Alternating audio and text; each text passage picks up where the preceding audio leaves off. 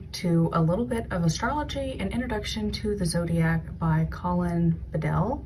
So this book is an introduction to the zodiacs and like all of the context. So it goes over the elements. If you don't know, the zodiacs are organized into the 4 elements. And then it also goes over the quality of them. So like the fixed, mutable, that sort of thing. And then it also goes into the houses. And it talks about the planets a little bit as well. So, you know, you've got your usuals like Jupiter and Saturn and Pluto, but also the sun and moon. And the way he describes the zodiac is constantly referring back to the comparison of an orchestra, which is different. I've never seen that one done before. And as somebody who used to do band, some of it I'm like, technically counts in the same category, but I get what you're trying. Like having brass as one section and then being like, but the trumpets are over here. And it's like, that's the same, but you tried. And so, you know, you kind of stretch that analogy a little bit, but you get the idea a lot easier. So I gave this book a 4 out of 5. Honestly, I think it's probably the best and easiest book I have found on astrology so far.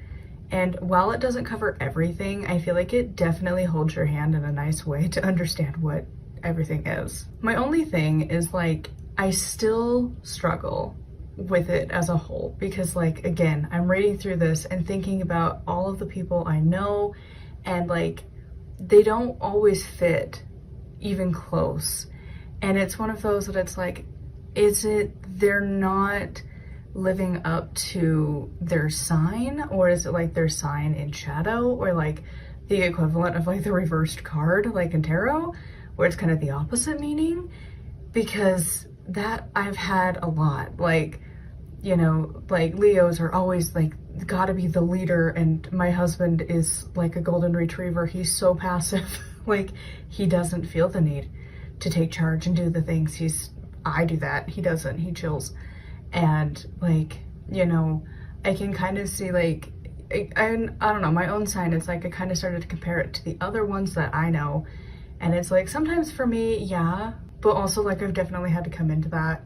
And like my choice of like wanting to have family, and it's become more important to me, like as people have died.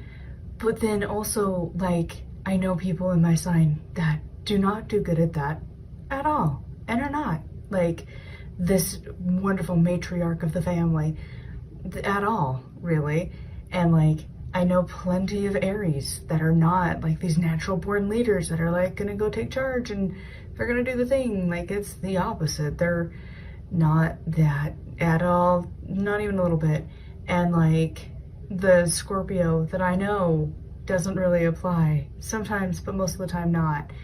And like the same with Pisces, like all of them, I'm just like kinda ish, but there's a lot of them that I'm like, no. Like it's just one of those, like I have a hard time with it. Could it be their entire, you know, whole thing, the whole chart matters? Maybe, I don't know. But like when we just look at the sun sign and we really focus in on that, doesn't always apply. And so I still personally, I struggle with it because it's never completely accurate. And so it just makes it super hard to be like, oh yeah, like this is so great, when I'm sitting over here like, but it's not completely accurate. So that's one of those things that it's like, I would love to hear from y'all below. Like, have you found that it's always accurate? Because I have yet to find it completely accurate. And like the Geminis that I know, like, yeah, kind of like this one was at least the most accurate I've kind of found for them. And like comparing to very drastically different people, it is like, yeah, they kind of both have that. But also like, again, there's other ones that it's like, no, not really. So I still kind of struggle with that. The other thing is, once again, there is no sources listed. I have no idea where he got his information. It looks like he has done quite a bit of research on his own, like when you read the back. But yeah, it's just one of those where it's like, I wish we had like further reading, or like, I got my information from here. That would be kind of nice, because I don't know where you're getting this from. Granted, this one was pretty like the same. Also, again, comparing it to the last book I read, my sign was not associated with frogs. I don't know where that came from. that one's gonna stick with me for a long time, I think. But he at least made the crab make more sense of like, we like skitter, we don't charge head first.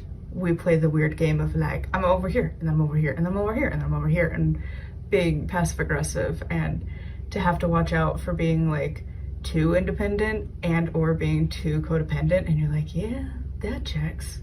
True. So some of it was pretty accurate, but sometimes it wasn't. And that's the thing with astrology. I haven't found it to be completely accurate any which direction, and maybe that's because you need to look at the whole chart. I don't know. That's where I would love to hear from you in the comments below. So I would definitely recommend this book if you're a beginner to astrology and you're just starting into like your natal chart and stuff. This is a fantastic place to begin.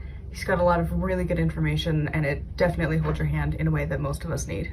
So anyways, I would love to hear your thoughts on this book in the comments down below. As always, a huge thank you to my patrons. If you would like to support me and get access to exclusive content, it's patreon.com/nightwillowcrafts.